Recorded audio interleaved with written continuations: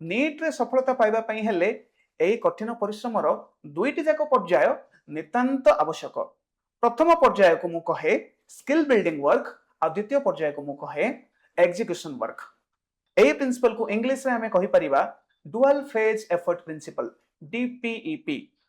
आज मु जदि आपण माननकु किछि टिप्स देबा पई चाहे ताले एई तीनोटी टिप्स देबा पई चाहिबी।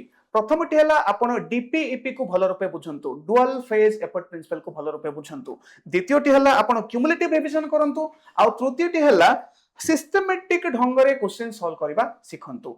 एबे जे मु आपनको प्रथम जिंसटी एक्सप्लेन करि सारी छी जहा कि डुअल फेज एफर्ट प्रिंसिपल।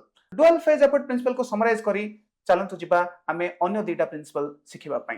तो डुअल फेज एफर्ट प्रिंसिपल रो अर्थ हला कठिन परिश्रम दि प्रकार रो होइथाय।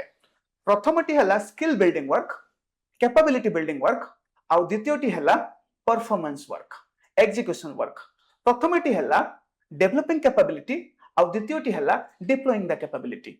प्रथम प्रकार hard work it's long term, से इनविजिबल, से हमर दक्षता बढ़ाए, से बाहर दृष्टि सफलता देई न थाए, आंतरिक सफलता देई थाए, दक्षता बढ़ु थाए किंतु बाहर दृष्टि सफलता मिली न थाए। एही कारण पई बहुत छात्र जो माने बा केवल छात्र कहीं आपण जदि जीवन जे कोनसे परिप्रेक्षी देखिले मध्य कौन से भी क्षेत्र में सफलता पाइबा पई हला हमको ए दुई प्रकार हार्ड वर्क करबा को पड़े।